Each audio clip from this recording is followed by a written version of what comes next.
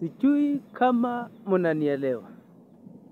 Nimesema kwa sababu sikujulikana kwa mambo ya masomo. Mimi kama Severs Koech, kwa sababu sikujulikana kwa mambo ya masomo ya dunia.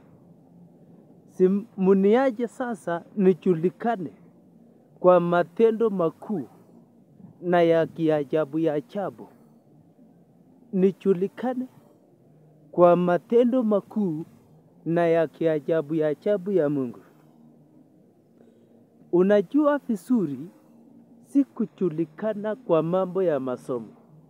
Muniache nijulikane kwa mambo ya kiajabu ya ajabu na ya kuogofya na ya kushangaza kwa neno la Mungu. Asanteni sana, sijui kama mnanielewa.